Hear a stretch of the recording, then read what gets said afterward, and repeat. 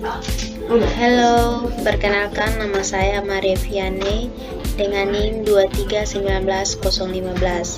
Saya dari program studi Pendidikan Biologi, Fakultas Keguruan dan Ilmu Pendidikan, Universitas Kristen Wirawacana Sumba.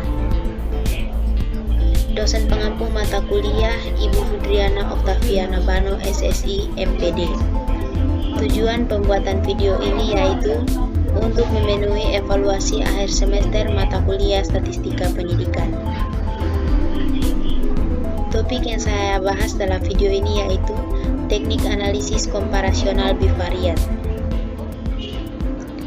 Teknik analisis komparasional bivariat merupakan salah satu teknik analisis statistik inferensial yang digunakan untuk menguji hipotesis sebagai upaya penarikan kesimpulan dalam penelitian komparasional atau perbandingan atau perbedaan dua variabel. Analisis tersebut digunakan untuk menguji ada tidaknya perbedaan antar variabel yang sedang diteliti sehingga diperoleh kesimpulan apakah perbedaan itu cukup berarti atau signifikan atau hanya kebetulan. Kemudian subtopik yang akan saya uji yaitu uji T-sampel dependen. Uji ini digunakan untuk mengetahui ada tidaknya perbedaan nilai rata-rata antara dua kelompok data berpasangan. Berpasangan yang dimaksudkan adalah satu variabel memiliki perlakuan yang berbeda dari dimensi waktu. Ciri-ciri uji T-sampel dependen yaitu yang pertama, jenis datanya rasio atau interval. Yang kedua, termasuk dalam statistik parametrik. Yang ketiga, uji prasyarat. Uji prasyarat terdiri dari uji normalitas dengan signifikan lebih besar dari 0,05 dan uji homogenitas atau signifikan lebih dari 0,05. Kemudian jumlah data bisa banyak dan bisa sedikit. Lalu ada uji hipotesis dengan signifikan kurang dari 0,05 yang artinya HA diterima.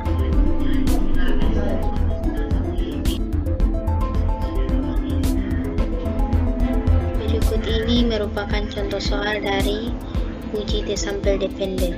Misalkan data-data di bawah ini merupakan data pretest atau X dan posttest atau Y mahasiswa dalam statistik pendidikan. Jadi kita menggunakan uji T dependen dengan taraf signifikan 1% atau 0,01. Misalnya ini ada data X atau pretest dan data Y atau posttest. Sekarang kita lanjutkan ke uji homogenitas. Di sini ada data, di sini merupakan kode dan ini merupakan nilai. Kemudian kita masuk ke variabel view dan name-nya ini kita ganti menjadi kode. Sedangkan di sini kita ganti menjadi nilai. Desimalnya kita ubah menjadi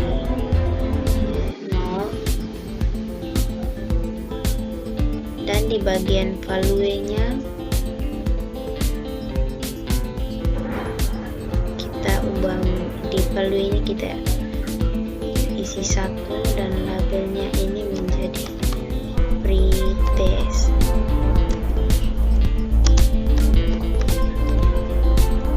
Add, lalu value 2-nya yaitu posttest.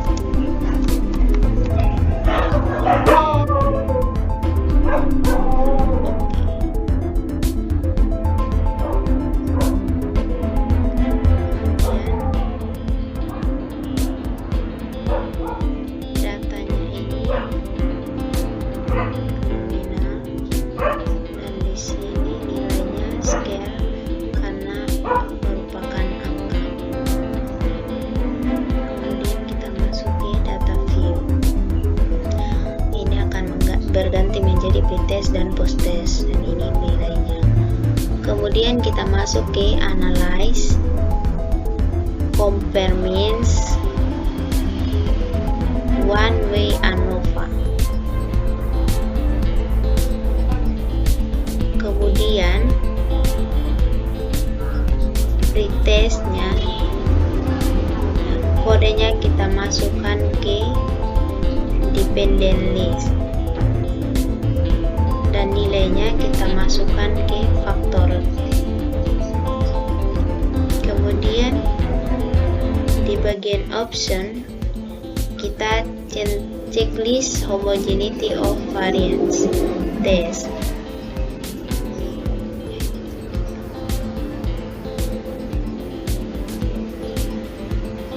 Kemudian continue, lalu salah, terbalik. Kode kelas kopi. lalu kita mendapatkan nilai signifikan di uji homogenitasnya itu yaitu 0,222, dengan artian nilai signifikannya lebih besar dari 0,05.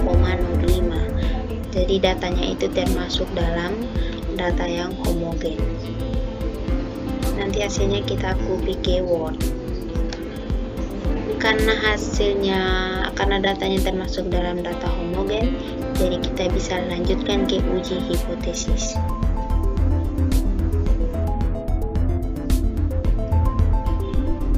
Oke, jadi ini hasil kopian dari SPSS ke Word.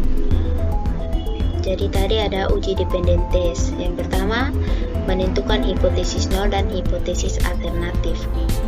Jadi H0-nya tidak ada perbedaan antara nilai pretest dan post-test mahasiswa dalam pembelajaran statistik pendidikan. HA-nya ada perbedaan antara nilai pretest dan post-test mahasiswa dalam pembelajaran statistik pendidikan. Jadi hipotesis statistiknya sama dengan H0 sama dengan mu1 sama dengan mu2. HA yaitu mu1 tidak sama dengan mu2. Kemudian ada tingkat signifikan atau alfa. Nilai signifikan sama dengan 1% atau 0,01. Kemudian yang ketiga ada uji prasyarat yaitu uji normalitas dan homogenitas.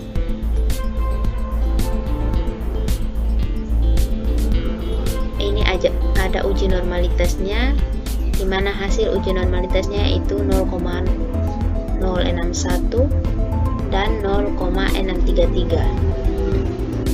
Jadi dari hasil uji di atas diperoleh nilai signifikan pada Shapiro-Wilk untuk pretest 0,601 dan sistem Sempoa 0,633.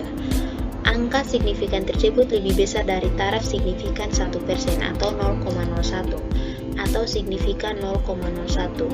Hal tersebut dapat dikatakan data berdistribusi normal. Kemudian ada uji homogenitas. Pada uji homogenitas, taraf signifikan yang didapatkan yaitu 0,222. Jadi berdasarkan pada tabel di atas dapat dilihat pada nilai signifikan lebih besar dari taraf signifikan yaitu 0,222 lebih besar dari 0,01. Jadi dapat disimpulkan data di atas bersifat homogenitas. Berdasarkan uji normalitas dan homogenitas bersifat normal dan homogen, maka dapat dilanjutkan pada uji hipotesis. Pada uji hipotesis, nilai signifikannya kita dapatkan. Pada uji hipotesis, dapatkan hasil 0,06. Jadi berdasarkan uji di atas, pada pengujian Piret Sample Test, Piret Difference, diperoleh nilai signifikan sama dengan 0,006, lebih kecil dari 0,01. Dengan demikian, HA diterima. Berdasarkan uji hipotesis yang dilakukan, dapat disimpulkan bahwa ada perbedaan antara nilai pretest dan post-test mahasiswa dalam pembelajaran statistik pendidikan.